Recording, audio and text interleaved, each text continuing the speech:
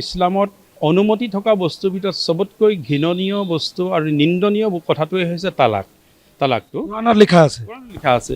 তালাক সন্দৰ্ভটো চবতকৈ ঘৃণনীয় হদিছত আছে, স্পষ্টত হদিছত পোৱা যায়, হজৰত মহম্মদৰ সংস্কৃতিত পোৱা যায়, তেখেতৰ বাণীসমূহত পোৱা যায় যে তালাকেই চবতকৈ ঘৃণনীয় বস্তু। তিন তালাকটো দিয়াটো ইছলামৰ চবতকৈ ডাঙৰ, তালাক দিয়াটোৱেই এক মানে ঘৃণনীয় কথা, আৰু তিন তালাকটো আৰু জঘন্য ঘৃণনীয় কথা। চৰ্ত সাপেক্ষে যিকেইটা কাৰণত তালাক দিয়া কথা আছে এইটো আইনসংগত হ'ব লাগে। আমি আদালত আছে, আদালতত আমি স্পষ্টীকৰণ দিব লাগিব যে মই এই কাৰণত মই তালাক দিব বিচাৰিছোঁ। আদালতৰ অনুমতি লৈ তালাক দিব, কাৰণ বিষয়বস্তুটো আদালতে নিৰ্ণয় কৰিব। মোক খং উঠিলে বুলি মোৰ মহিলাগৰাকীক মই তালাক দি দিম, মহিলাগৰাকীক খং উঠিলে বুলি মোৰ পৰা তালাক বিচাৰিব। মানে ধৰ্মীয় অনুমতি আছে বুলি এছামে নাৰীক যিধৰণে আচলতে তালাকৰ নাম লৈ নিৰ্যাতন চলাইছিলে, সেই পক্ষত ইছলামে সেইটোৰ মানে অনুমতি প্ৰদান নকৰে।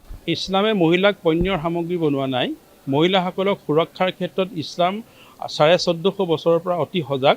মহিলাসকলক ন্যায্যতা দিয়াৰ ক্ষেত্ৰত ইছলাম অতি গুৰুত্ব সহকাৰে ইছলামে এই বিষয়টোৰ ওপৰত জোৰদাৰ প্ৰচাৰ কৰিবৰ কাৰণে আমাক দায়িত্ব দিছে। কিন্তু আমি প্ৰচাৰ নকৰাটো আমাৰ এটা বেলেগ এটা বিষয়, বা কিয় নকৰোঁ আমাক প্ৰশ্ন কৰিব পাৰে কোনোবাই।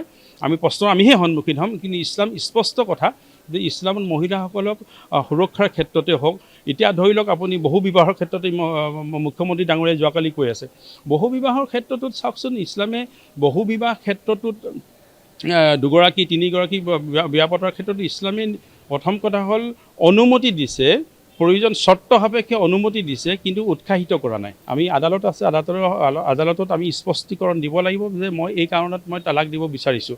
আদালতৰ অনুমতি লৈ তালাক দিব, কাৰণ বিষয়বস্তুটো আদালতে নিৰ্ণয় কৰিব। মোক খং উঠিলে বুলি মোৰ মহিলাগৰাকীক মই তালাক দি দিম, মহিলাগৰাকীক খং উঠিলে বুলি মোৰ পৰা তালাক বিচাৰিব। ইছলামে মহিলাক পণ্যৰ সামগ্ৰী বনোৱা নাই।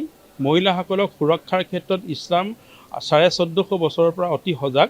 মহিলাসকলক ন্যায্যতা দিয়াৰ ক্ষেত্ৰত ইছলাম অতি গুৰুত্ব সহকাৰে ইছলামে এই বিষয়টোৰ ওপৰত জোৰদাৰ প্ৰচাৰ কৰিবৰ কাৰণে আমাক দায়িত্ব দিছে। কিন্তু আমি প্ৰচাৰ নকৰাটো আমাৰ এটা বেলেগ এটা বিষয়, বা কিয় নকৰোঁ আমাক প্ৰশ্ন কৰিব পাৰে কোনোবাই। আমিহে সন্মুখীন হ'ম। কিন্তু ইছলাম স্পষ্ট কথা যে ইছলামত মহিলাসকলক সুৰক্ষাৰ ক্ষেত্ৰতে হওক,